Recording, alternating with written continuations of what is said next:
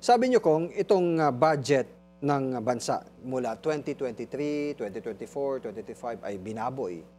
Sino sa tingin niyo? Sinalaula. Sinalaula. Ayun. Sino yung tingin niyo may pinakamalaking pananagutan dito? DBM o yung DPWH, bicameral panel o yung mismong Office of the President na siya pumirma doon sa Actually, assertions? lahat sila eh. Lahat sila. Nagtataka nga ako. 2023, almost 300 billion.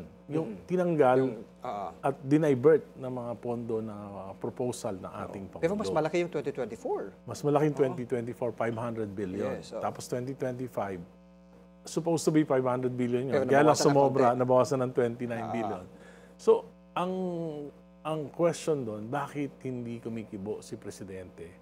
Bakit hindi kumibo yung kabinete? Sana ko isang taon lang, pero yun ang unimaginable na for 3 years, ganun ang ginagawa at hindi nila alam. Parang imposible para sa akin yun. It's a question of competence or complicity.